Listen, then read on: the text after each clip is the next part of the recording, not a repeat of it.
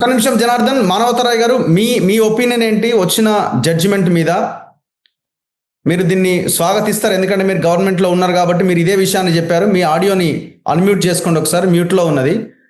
So ఇప్పుడు వాళ్ళకు ఒక అవకాశం ఉంది, మళ్ళీ పై కోర్టుకు వెళ్ళే అవకాశం అయితే వాళ్ళకు ఉన్నది. సో మీరు ముందు నుంచి చెప్తున్నారు జనార్దన్ కానీ మిగతా వాళ్ళంతా వీళ్ళు తప్పుగా మాట్లాడుతున్నారు, చాలా ట్రాన్స్పరెంట్గా చేసినామని. ఇప్పుడు మీరే గెలిచారు అని అనుకోవాలనా ఎట్లా? ఇప్పుడు వాళ్ళు చెప్తున్నారు మేము కోర్టు పరిధిలో ఉన్నటువంటి అడ్వకేట్స్ కావచ్చు, కొంతమంది కోవట్లంతా కలిసి కొంత మ్యాటర్ని అటు ఇటు చేశారు, మేము స్టార్టింగ్లోనే ఫెయిల్ అయినామని కూడా వాళ్ళు చెప్తున్నారు.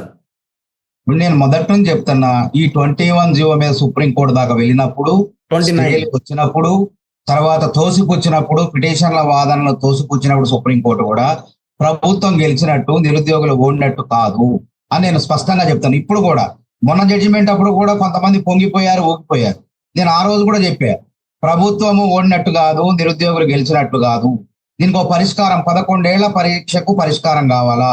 ఊహాజనితమైనటువంటి అపోహలు, ఆరోపణలు చేయటం వల్ల ప్రయోజనం ఉండదు. మీరు ఈ చేసిన ఆరోపణలని సహితం కాదు. ఇవాళ ఏం చేశారు, ధర్మాసనం, సిజే గారి నేతృత్వంలో ధర్మాసనం ఏం చేసింది, ఆ జడ్జిమెంట్ రద్దు చేసింది, తాత్కాలికంగా రద్దు చేసింది. అక్టోబర్ 15కు వాయిదా అయింది. ఈ లోపు జరగాల్సిన అపాయింట్మెంట్ నియామక ప్రక్రియ మొత్తం కూడా జరిగిపోతుంది.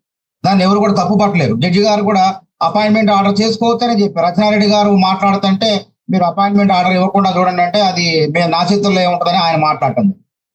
కాబట్టి ఇక్కడ ఏంటంటే 11 ఏళ్ల పరీక్ష మీద మన సహేతుకమైన ఆధారాలు చూపిస్తే మేమే రద్దు చేస్తాం. అసలు పరీక్ష పారదర్శకంగా జరిగింది, ప్రిలిమ్స్ జరిగింది, తర్వాత మెయిన్స్ జరిగింది. అడుగడుగున అడ్డుపడ్డారు. అడుగడుగున అడ్డుపడ్డప్పటికీ న్యాయస్థానాలు కూడా వీటిని పరీక్ష జరిగిన విధానాన్ని చూసి దాని ఆ పరీక్ష అనేది ముందుకు సాగనిచ్చింది. కాబట్టి నేనేమంటే ఆరోపణ చేసినప్పుడు క్రెడిబిలిటీ ఉండాలి.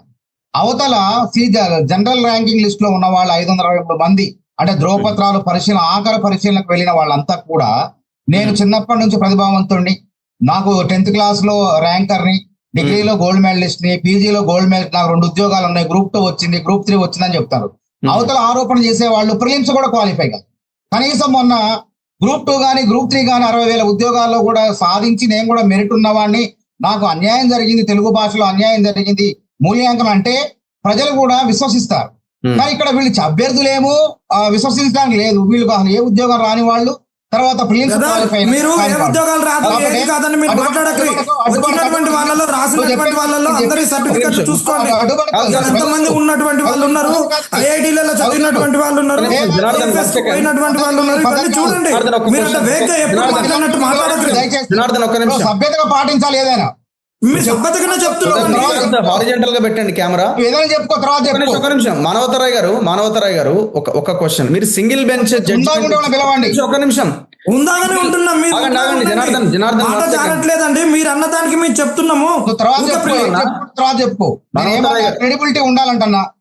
క్రెడిబిలిటీ లేకుంటే ఏమున్నది ఉండదంటన్నా. క్రెడిబిలిటీకి పారామీటర్స్ ఏంటండి? క్రెడిబిలిటీకి పారామీటర్స్ ఏంటండి? మీరు చెప్పిన పారామీటర్స్ ఏంటి? మీరు ఏం స్కేలింగ్? నీ రాజకీయ ఆరోపణలకు, కట్టుకథలకు నీ వీటికి ఎట్ట నమ్ముతారంటన్నా? నువ్వు ఆధారాలు చూపి. 3 కోట్లు అంటివి ఎవరికి ఇచ్చిరో చెప్పవు. 3 కోట్లు ఎక్కడ? అన్నోళ్ళ మీద మీరు కేసు ఎందుకు పెట్టలేదు? అన్నోళ్ళ మీద మీరు ఎందుకు ఎంక్వైరీ చేయలేదు? అన్నోళ్ళ మీద మీరు ఎందుకు ఎంక్వైరీ చేయలేదు?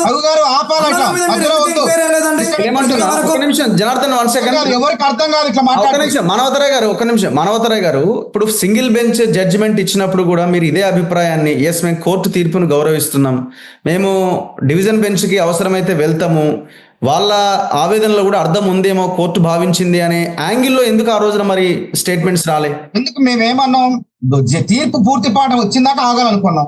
వచ్చిన తర్వాత మేము మాట్లాడినాం కదా. డివిజన్ బెంచ్ ఉంది, న్యాయస్థానాలు అప్పీల్ చేసుకునే హక్కు ఉన్నది చట్ట ప్రకారం, అభ్యర్థులకు ఉన్నది, టీజీపీఎస్సీకి ఉన్నది. ఆ జడ్జి గారు టీజీపీఎస్సీ వాదనలు ఎవరైతే జిఆర్ఎల్ మెరిట్ లిస్ట్ ఉన్నారో వాళ్ళ వాదనలు ఏకీభవించలేదు, తోసిపుచ్చారు. నాకు చెప్పి నువ్వు మాట్లాడతావా? ఏమో అందుకే నీకు రూపం రాలే, ఏ ఉద్యోగం రాలే.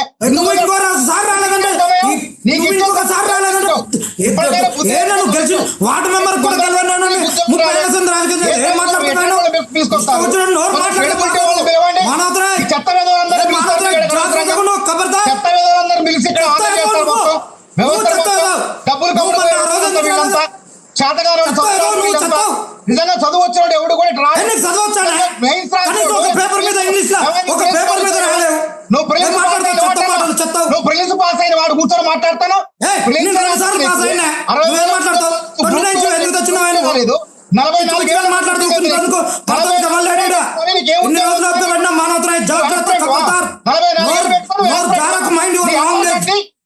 Mind your language when you are speaking in public. 44 ఏళ్ళు ముట్టి మీద పెట్టుకొని నువ్వు నిరుద్యోగి నీకింద 50 ఏళ్ళు కదా. సిగ్గు లేకుండా ఎప్పుడు మాట్లాడక చెప్తున్నా. నా 10th సర్టిఫికెట్ సిగ్గు లేనోడా? నీ 10th సర్టిఫికెట్ సిగ్గు లేనోడా? నువ్వు 50 ఏళ్ళు నేను నిరుద్యోగులను పెట్టుకొని మాట్లాడుతావు.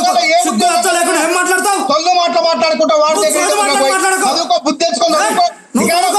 సిగ్గు లేకుండా ఏం మాట్లాడతావు? నువ్వు పర్సనల్ గా విషయం తెలియదా? నీ విషయం తెలియదా? ఈ ఆవేశం ఒక్క నిమిషం అధికార విషయాలు మేనమామనాడు అన్నట్టు మాట్లాడకు. ఏం మానవతరాయి నీ ఇష్టం వచ్చినట్టు మాట్లాడితే పడుతుంది. ఏ ఉపయోగం లేదు. ఇట్లా కొట్టుకోవడం వల్ల ఉపయోగం లేదు. ఒక్క నిమిషం. జనార్దన్, ఇట్లాంటి క్రెడిబిలిటీ లేని వాళ్ళని కూర్చోబెట్టకండి. You don't have any credibility in Telangana society. నన్ను రాజకీయ పార్టీకి పిలిచారు, నేను రాజకీయ పార్టీకి సమానం చెప్తా. నువ్వు రాజకీయంగా మాట్లాడదు. రాజకీయం మాట్లాడడం కాదు. గ్రూప్ వన్ రాను ఇది రాజకీయ వేదిక కాదండి. తిట్టుకోవడం వల్ల ఉపయోగం లేదు. సమయం వృధా. తిట్టుకోవడం వల్ల సమయం వృధా. ఒక్క నిమిషం.